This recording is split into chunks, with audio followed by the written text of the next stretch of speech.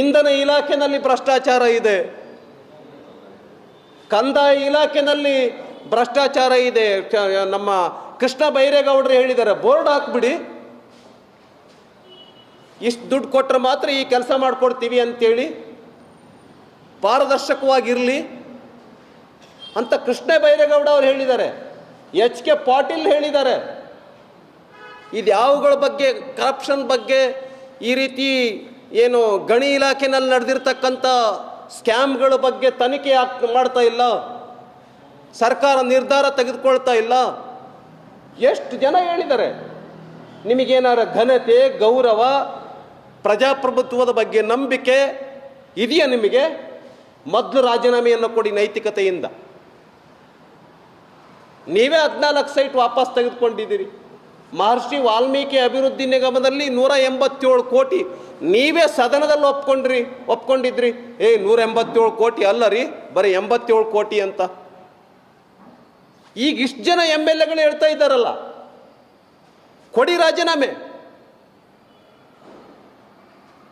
ನೀವು ಅಕಸ್ಮಾತ್ ನಾವು ಅಧಿಕಾರದಲ್ಲಿದ್ದು ನೀವು ವಿಪಕ್ಷದಲ್ಲಿ ಇದ್ದಿದ್ರೆ ಇಷ್ಟು ಪ್ರಮಾಣದಲ್ಲಿ ನಮ್ದು ಭ್ರಷ್ಟಾಚಾರ ಆಗಿದ್ರೆ ನೀವು ಸುಮ್ಮನೆ ಬಿಡ್ತಿದ್ರಾ?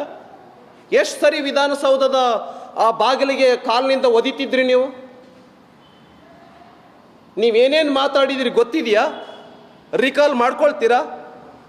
ಸ್ಮರಣೆ ಮಾಡ್ಕೊಳ್ತೀರಾ ನೀವು BJP ಸರ್ಕಾರದಲ್ಲಿ ಏನೇನು ಮಾತಾಡಿದ್ರಿ ಅಂತ? ಹಾಗಾಗಿ ಆವಾಗ ಏನೇನು ಮಾತಾಡಿದ್ರಿ ಅದನ್ನು ನೀವು ನಿಜಗೊಳಿಸೋಕ್ಕೇನಾಗಿಲ್ಲ. ತನಿಖೆ ಮಾಡಿ, ತನಿಖೆಯಿಂದ ಎಲ್ಲ ಬಂದಿದೆ, ಏನೂ ಸಿಕ್ಕಿಲ್ಲ ಅಂತ ಬಂದಿದೆ. ಆದ್ದರಿಂದ ಕೂಡಲೇ BR ಪಾಟೀಲ್ರವರ ಹೇಳಿಕೆಗೆ ಗೌರವ ಸಿಗಬೇಕು ಅಂದರೆ, ಬೇಳೂರು ಗೋಪಾಲಕೃಷ್ಣ ಅವರ ಹೇಳಿಕೆಗೆ ಗೌರವ ಸಿಗಬೇಕು ಅಂತ ಹೇಳಿದರೆ, ಆಮೇಲೆ ರಾಜು ಕಾಗೆ ಅವರ ಹೇಳಿಕೆಗೆ ಗೌರವ ಸಿಗಬೇಕು ಅಂತ ಹೇಳಿದರೆ, ಪತ್ರಿಕೆಗಳಲ್ಲಿ, ಮೀಡಿಯಾದಲ್ಲಿ ಪ್ರತಿದಿನ ಬರ್ತಾ ಇದೆ ಲೈನ್ ಆಫ್ ಸ್ಕ್ಯಾಮ್ಸ್. ನೀವು ಕೂಡಲೇ ರಾಜೀನಾಮೆಯನ್ನು ಕೊಡಬೇಕು ಅಂತೇಳಿ ಈ ಸಂದರ್ಭದಲ್ಲಿ ಹೇಳೋದಕ್ಕೆ ಬಯಸ್ತೇನೆ.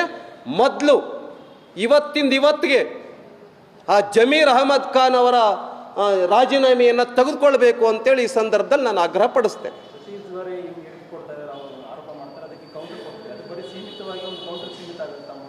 ಇದನ್ನು ಜನರಿಗೆ ತಿಳಿಸ್ತಾರೆ. ಒಂದು 40% ಕಮಿಷನ್ ಆರೋಪವನ್ನು ಇಟ್ಕೊಂಡೇ ಕಾಂಗ್ರೆಸ್ ಅವರು ಅಷ್ಟು ಮಟ್ಟ ಡ್ಯಾಮೇಜ್ ಮಾಡಿ ಸೋಲಿಸಿದ್ರು.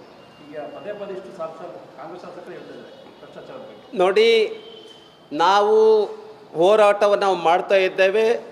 ನೀವೆಲ್ಲ ಪತ್ರಿಕೆಗಳಲ್ಲಿ, TVಗಳಲ್ಲಿ ನೀವು ನೋಡಿದ್ದೀರಾ. ಈ ವಸತಿ ಇಲಾಖೆಯಲ್ಲಿ ನಡೆದಿರ್ತಕ್ಕಂಥ ಭ್ರಷ್ಟಾಚಾರ, ಎಚ್ ಕೆ ಪಾಟೀಲ್ ಅವರು ಹೇಳಿರ್ತಕ್ಕಂಥ ಕೊಟ್ಟಿರ್ತಕ್ಕಂಥ ಪತ್ರ ಮತ್ತು ಕೃಷ್ಣ ಬೈರೇಗೌಡ ಅವರು ಹೇಳಿರ್ತಕ್ಕಂಥದ್ದು, ರಾಜು ಕಾಗೆ, ಎಲ್ಲ ವಿಷಯಗಳನ್ನು ತೆಗೆದುಕೊಂಡು ನಾವು ಇಷ್ಟರಲ್ಲೇ ಕೂತ್ಕೊಂಡು ನಿರ್ಧಾರವನ್ನು ಮಾಡ್ತೇವೆ. ನಮ್ಮ ಸೆಷನ್ನಲ್ಲಿ ಈ ಎಲ್ಲ ವಿಷಯಗಳನ್ನು ನಾವು ತೆಗೆದುಕೊಂಡು ರಾಜೀನಾಮೆ ಕೊಡೋವರೆಗೂ ನಾವು ಬಿಡೋದಿಲ್ಲ. ಸೆಷನ್ ಇಷ್ಟರಲ್ಲಿನೇ ದಿನಾಂಕವನ್ನು ಪ್ರಕಟಿಸೋರಿದ್ದಾರೆ.